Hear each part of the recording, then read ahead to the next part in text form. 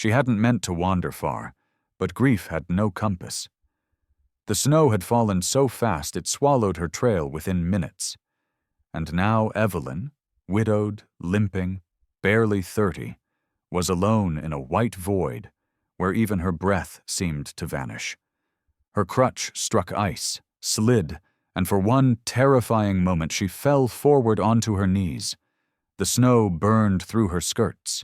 She tried to rise, but her left leg refused to obey, and the ache in her hip, ever since the accident that took her husband, was a firestorm now.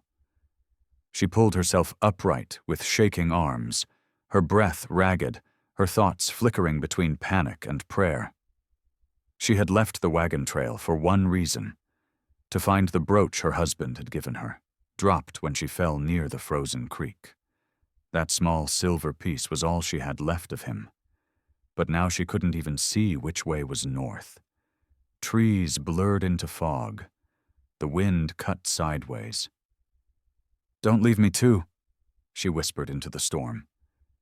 She never heard the horse until it stopped right beside her. A shape emerged, dark against the white. Then a man dismounted silently. He wore deerskin, braids streaked with frost, and his eyes locked on hers with something that wasn't pity. It was promise. She flinched. "I'm fine," she lied. He looked at her leg, then her crutch, then back to her face. "No," he said softly, with a Comanche accent, thick but certain. "You are not fine." She bristled. "You speak English?" "Enough to carry you." And without waiting, he bent, lifted her like snowdrift in his arms, and walked toward his horse. "Put me down," she hissed, beating at his chest. But he didn't. "Blizzard kills strong men," he said. "You are not strong today. That is not shame." His voice wasn't cruel. It was calm, unshakable. When he reached the horse, he placed her gently into the saddle, then climbed behind her, wrapping a thick buffalo hide around both their shoulders. "Why are you helping me?" she whispered. "Because no one should freeze alone," he answered. "Not even someone who thinks she deserves to." She didn't speak for the first mile. Neither did he. The horse moved steady beneath them, his arms wrapped around her to hold her upright, but his hands never wandered, never lingered. He treated her not like a burden, but like someone who mattered. The wind howled through the branches and her teeth clattered despite the buffalo hide. "What's your name?" she asked finally. "Tosawi," he said. "It means white knife." "Fitting," she muttered. "You cut into my pride real fast." A pause, then the faintest grin against her ear. "Pride cannot warm you." He turned the horse off the trail into a shallow grove near a rocky ledge. Snow fell softer here, protected by trees. He slid off the horse, then reached up for her, but this time she let him help her down. Her leg nearly gave, but he caught her before she fell. "Sit," he said.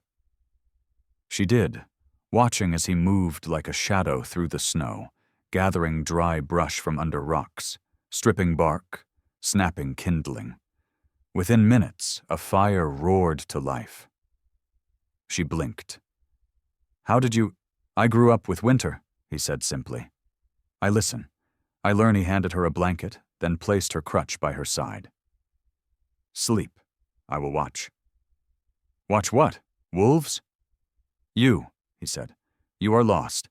That is when spirits fall apart." She looked away, embarrassed. "I didn't mean to get lost. I was looking for something." "Your husband," he said. She turned sharply. "How do you know?" "Your eyes scream his name," Tosawi said, "and women do not walk into death for nothing." That silenced her. She stared into the fire until her tears dried. Finally, she whispered, "His name was Caleb. He died last winter. Same storm, different day. I haven't slept through a night since." Tosawi added a log to the fire. "Then tonight you will sleep, and tomorrow you will wake. And if I don't, then I will carry you until you do."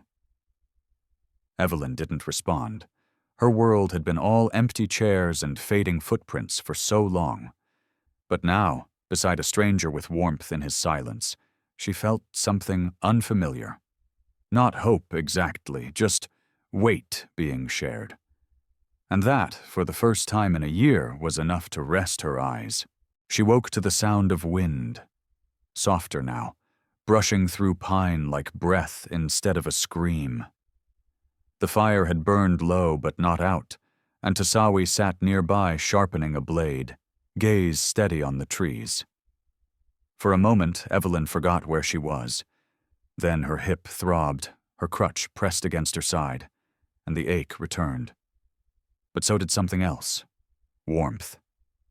She sat up slowly. "You stayed awake all night?" "Yes." "Why?" "You talk in sleep," he said. "I listened. You cried for Caleb.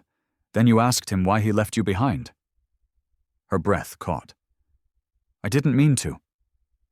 "You do not need to explain," Tosawi said. "Grief is a river. Some walk through it, others drown. You're halfway across." She looked away. "You sound like a preacher." "I do not speak of gods," he said. "Only truth." He stood and helped her to her feet. "We will move. Snow melts by midday. You need food. I know where to find it." "Wait," she said, hesitating. "I dropped something when I fell, a brooch, silver. I know it sounds foolish, but it was the last thing Caleb gave me. I have to find it." Tosawi didn't laugh. He didn't even blink. "Describe it." "Small, round, etched with flowers." He nodded once. "You rode west. Creek curves east. We'll find the bend." She stared at him. "Why are you doing this? You don't even know me." He adjusted the horse's saddle. "Because when my mother died, no one helped my father. No one stayed. He carried her body through 5 days of snow to bury her. He never smiled again." Her voice softened. "I'm sorry." "So I do not leave women behind," he said. "Not in snow, not in sorrow." They rode out slowly, backtracking her steps, scanning the ice-glazed trail for anything gleaming. She watched Tosawi study the ground like it spoke a language she couldn't hear. He moved like someone who belonged in every space nature carved. When he stopped suddenly and crouched, her heart leapt. He brushed away snow, and there it was, the brooch, cold, dull, but whole.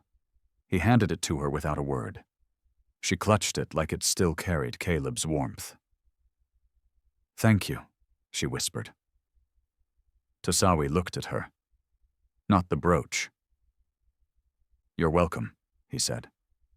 "But I think what you're really thanking me for is not letting you disappear."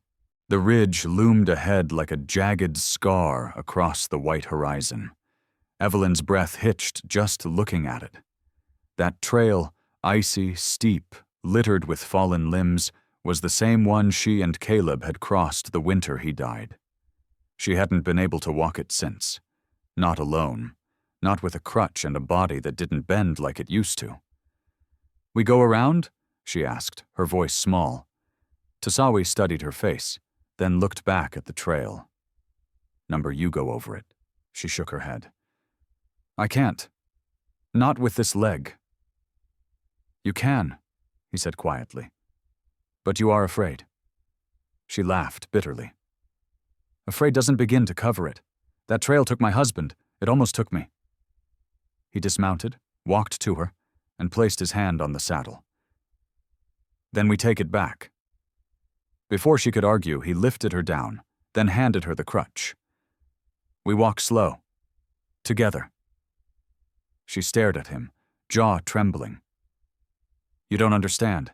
This isn't just a trail. It's the place I stopped being me." Tosawi nodded. "Then let it be the place you begin again." She hesitated, then took one step. The snow crunched beneath her boot. Her leg wobbled but held. Another step, then another. Tosawi stayed beside her, never offering to carry her, never pitying, only present, steady. Halfway up she paused, panting. I should have died here, that night. When I crawled back down, I wanted to. The only thing that stopped me was the sound of the creek. Caleb loved that sound, said it was the one thing out here that never lied.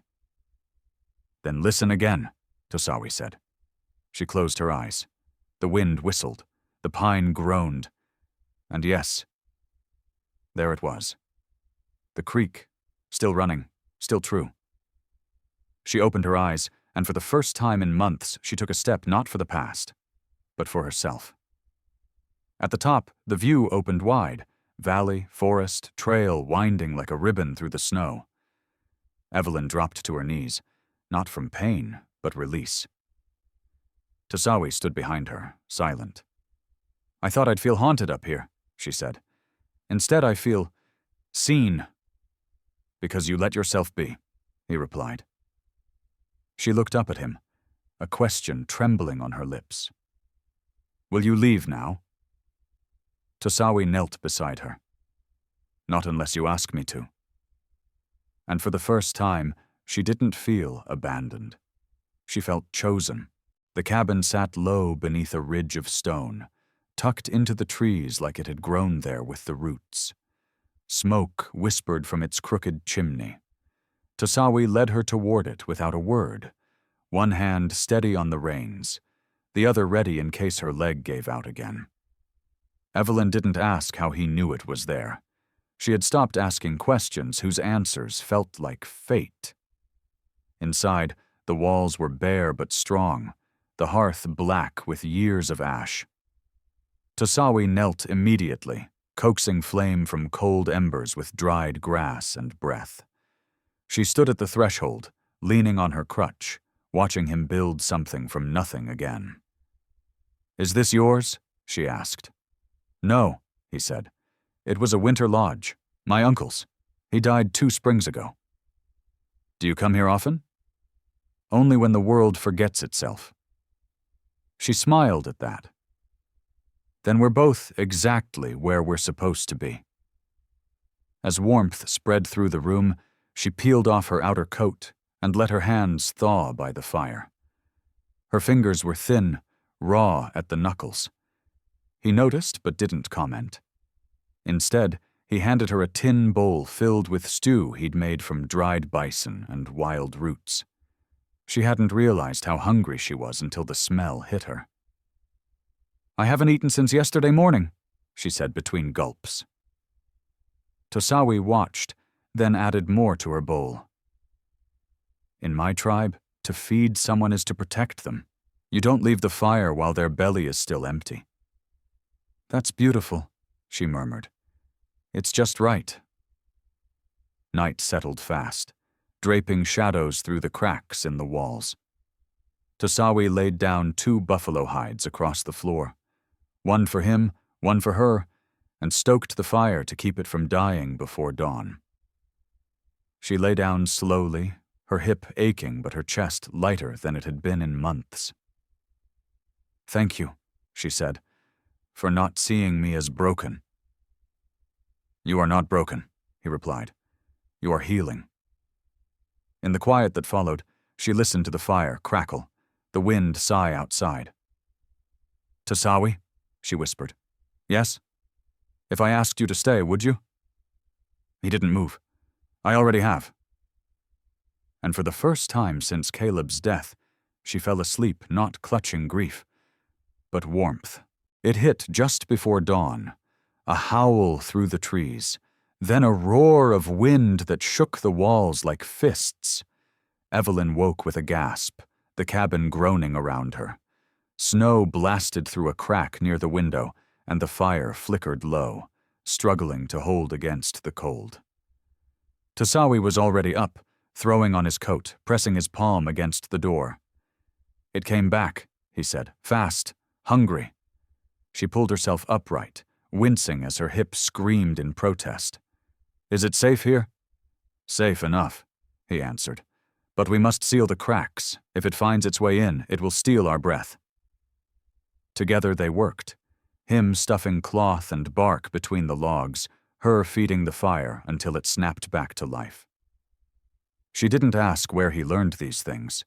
She only knew that his calm steadied her like no sermon ever had. Hours passed. Snow piled against the door like judgment. Outside was a white death. Inside was a flickering fight to live. By midday, the storm hadn't eased. Evelyn sat wrapped in both hides, cradling her crutch like a weapon. "Do you think storms have memory?" she asked suddenly. "Do you think they come back for the ones they missed?" Tosawi sat across from her, sharpening a bone needle. "Number storms do not think, but people do. And that's what makes them harder to survive." She looked at him. "How did you survive yours?" He paused, then said, "I lost my sister in a flood. She was swept under while I stood on the rocks and screamed. I could not save her. For a year, I chased every thundercloud, as if they owed me something." Her eyes burned. "And now? Now I build cabins before they come." The wind screamed again, but this time it couldn't touch them.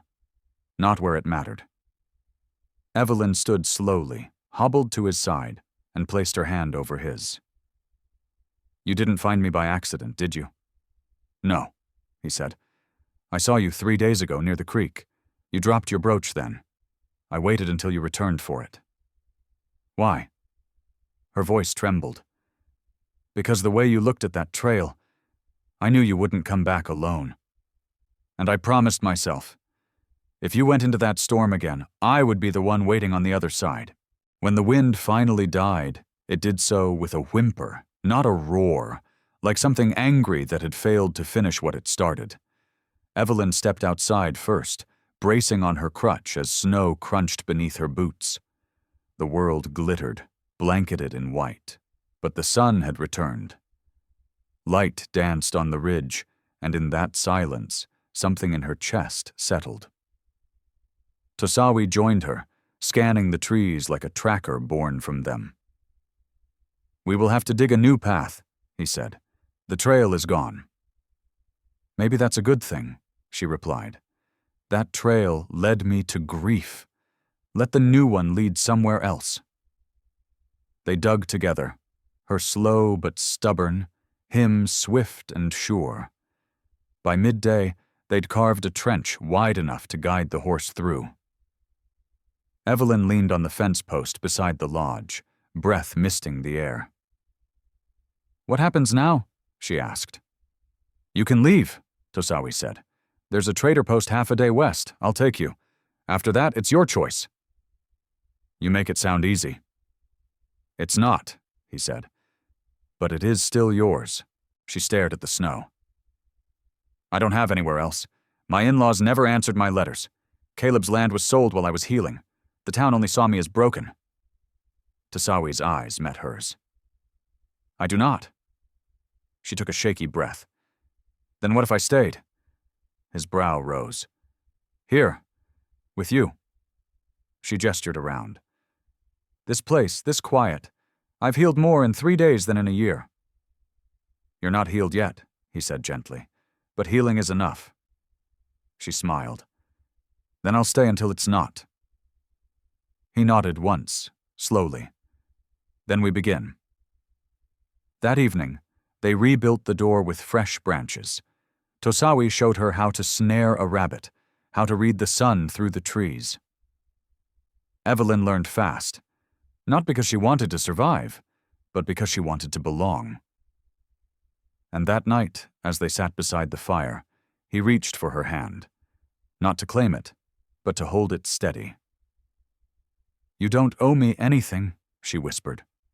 "I know," he said. "But I owe the storm. It tried to take you again. So now I will spend the rest of my winters making sure it never gets close." And she believed him. Not because of his words, but because he had already begun. Spring didn't announce itself with flowers. It crept in slowly, melting snowdrifts into rivulets and softening the bark of the trees. Evelyn felt it in her joints first, the ache dulling with each warmer dawn. She could move better now, crutch steady, steps longer. Tosawi never counted the distance. He only noticed when she stopped leaning on him quite as often. "You're stronger," he said one morning as she carried a pail from the creek. She laughed. "Or just more stubborn." He smirked. "They are the same thing." Days stretched longer. They cleared new paths, built a proper lean-to for the horse, patched the roof with woven bark and pine. Each task became a language neither of them had spoken before, but both understood. In town, her name had been followed by pity. Here, she had become something else entirely. Capable, present, needed. "Why didn't you ever marry?" she asked Tosawi one evening as they carved spoons by firelight. He paused. "I was meant to. Years ago. Her name was Aluna, but her family moved south during the raids. I waited. She never returned." Evelyn lowered her gaze. "I'm sorry." "Don't be," he said. "Waiting is what taught me patience. Patience is what led me to you." The fire cracked. Outside, an owl called. She turned to him. "And you? Why did you never go back to your people?" He shrugged. "I still carry them with me. In how I hunt, how I speak, how I listen. But some places don't need walls to be home. They only need someone who hears you." Evelyn looked at him for a long time. Then she reached across and took his hand. Not for balance, not for survival, just for warmth. "Tosawi," she whispered, "I want to build something here, with you, if you'll have me." He didn't answer right away. He simply turned her hand over, kissed the scar on her knuckle, the one she'd once hated, and said, "Then this is our land now, our trail. We choose where it goes." That night, they marked a tree with 2 carved initials, E+T. Not because they needed the world to know, but because they needed to remember that something had begun in the place where both had once come only to end. They heard the wagon before they saw it, creaking through the thawing woods, wheels struggling over roots swollen with meltwater. Tosawi rose from splitting firewood, eyes narrowing. Evelyn stepped outside with a ladle in hand, her breath hitching at the sight. It had been nearly 4 months since she'd seen a face from her old life. And now, here came 2 of them. Mr. Kearns, the storekeeper who once sold her flour on credit, and Clara Longtree, the preacher's daughter who used to avoid eye contact when Evelyn passed with her crutch. "They must be lost," Tosawi said calmly. "No," Evelyn replied. "They're curious." The wagon pulled up slow, horses snorting steam. Clara climbed down first. "We heard you were alive," she said flatly.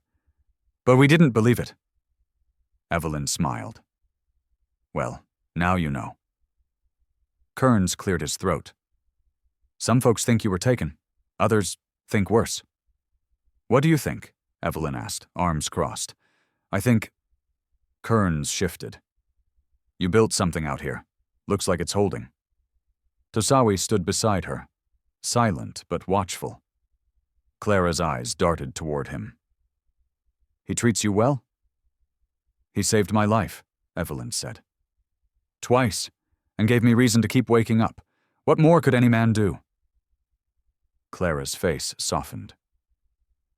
"I brought something," she said, pulling a bundle from the wagon. "It's your shawl. You left it on the church pew the day of Caleb's funeral." Evelyn took it, stunned. The same lace, still folded, still carrying the faint scent of cedar. "Thank you." Kearns stepped forward. "There's a new settlement forming north of town. Folks were wondering if you'd ever consider coming back." "Back to what?" Evelyn said. "The stairs? The whispers?" "Maybe to something different now," Clara replied. "People talk, but they're not blind. They see how far you've come. Some even say it's brave." Tosawi looked to Evelyn, silent as always. She turned to him. "Do you want to go north?" He shook his head. "Do you?" She smiled. "Number One already found my direction." As the wagon turned back toward town, Clara looked over her shoulder and called out, "You're not lost anymore, Evelyn." "You never were." Evelyn watched them disappear into the trees. "No," she said softly. "I was just waiting to be found by someone who didn't need to fix me to love me." The seasons rolled forward, not with thunder, but with quiet certainty. Trees budding where ash once clung, grass growing over trails that had once been survival lines. The cabin expanded room by room, not because they needed space, but because love, like roots, wanted to spread. Evelyn no longer counted time by pain. Her limp remained, but it no longer defined her. She walked with purpose now, through the garden, to the creek, to the ridge that had once broken her heart, and now stood as a monument to what she had crossed. One morning, as the sun poured gold across the forest, Tosawi handed her something wrapped in soft deerskin. "What's this?" she asked, unwrapping it slowly. Inside lay a carved pendant, small, round, etched with flowers. Her brooch, but newer, made of bone and stone. "I carved it in winter," he said, "because one day your hand will pass the old one to someone else. This is the one you wear now." She ran her fingers over it, swallowing back tears. "Why do you always know what I need before I do?" "Because I've watched a woman turn a storm into shelter," he said, "and I've never looked away." That spring they wed, not with paper or preachers, but under the trees where her voice first cracked in the snow and he first caught her before she fell. Wikasa came from the southern plains, bringing a blanket stitched with both their family marks. Clara came too, quiet and kind, carrying wildflowers and new hope. "You showed us what strength looks like," she whispered. Evelyn squeezed her hand. "Then tell them, so no one thinks silence is strength again."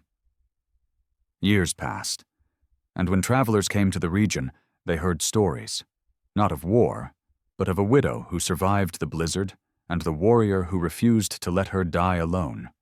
Some called it legend.